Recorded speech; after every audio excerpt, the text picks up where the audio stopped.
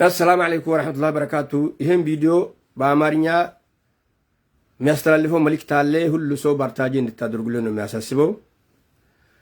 ዛሬ በስድስተኛ ወር 26 2026 ነው በፈረንጅ። ትላንትና ማታ ህወሓት አሰባሪ ህወሓት በአብዓላ ወረዳ ላይ ቀበሌ ውስጥ ገብቶ ግመሎቹን ገሏል። 16 ግመል ገሏል። በጥይት ነው የገደሉት። ከምሽቱ 11 ሰዓት ከሌሊቱ 11 ሰዓት ላይ 16 ግመሎቹን በጥይት ገለዋል። 4 ግመሎቹን ወስደዋል። ስለዚህ እነዚህ ሰዎቹ ወረራ አፋር ላይ ያደረጉ ነው። በዚህ በመጋሌ በኩል ያለፈው ጊዜ ነገርናችሁ ነበር። ከብት እረኞቹ ላይ ወረራ እንደከፈተና ወደዚህ መሬት ደግሞ የገፉ መንገዱም እየጠረጉ እየመጡ ነው። እዛ አካባቢ ደግሞ ጦር ከምብ እየሰሩ ነው። አሁን በአብዓላ ከተማ ላይ ቀበሌ ላይ ይሄ መሰለ ጦርነት ከፍቶ ተንኮሳ እያደረጉ ነው።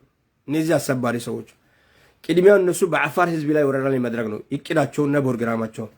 ስለዚህ ፌደራል መንግስትም ዝም ማለት የለበትም። የአፋር ክልል መንግስትም ዝም ማለት የለበትም።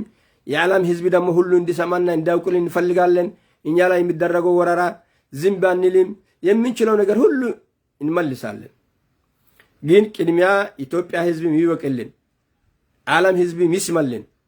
ትላንትና ከምሽቱ ከሌሊቱ 11 ሰዓት ላይ አሰባሪ ህወሓት የአፋር አርብቶ አደሮች ቤት ገብቶ 16 ግመሎቹን በጥይት ገሏል። ከነ ቪዲዮ አማጣላችኋለሁ ነገ። 4 ግመሎቹ ወስደዋል። ሰዎቹ በተኙበት ቤት ውስጥ ገብቶ።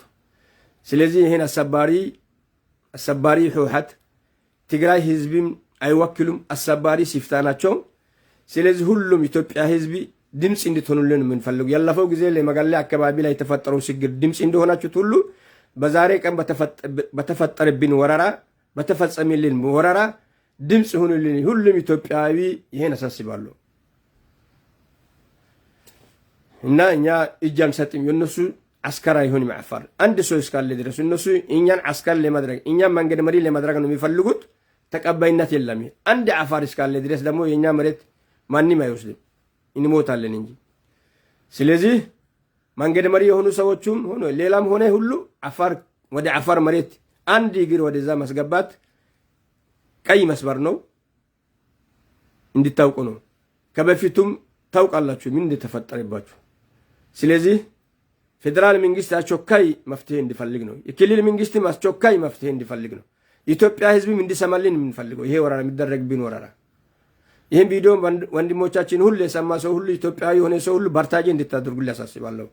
አሰላሙ አለይኩም ወራህመቱላሂ ወበረካቱ።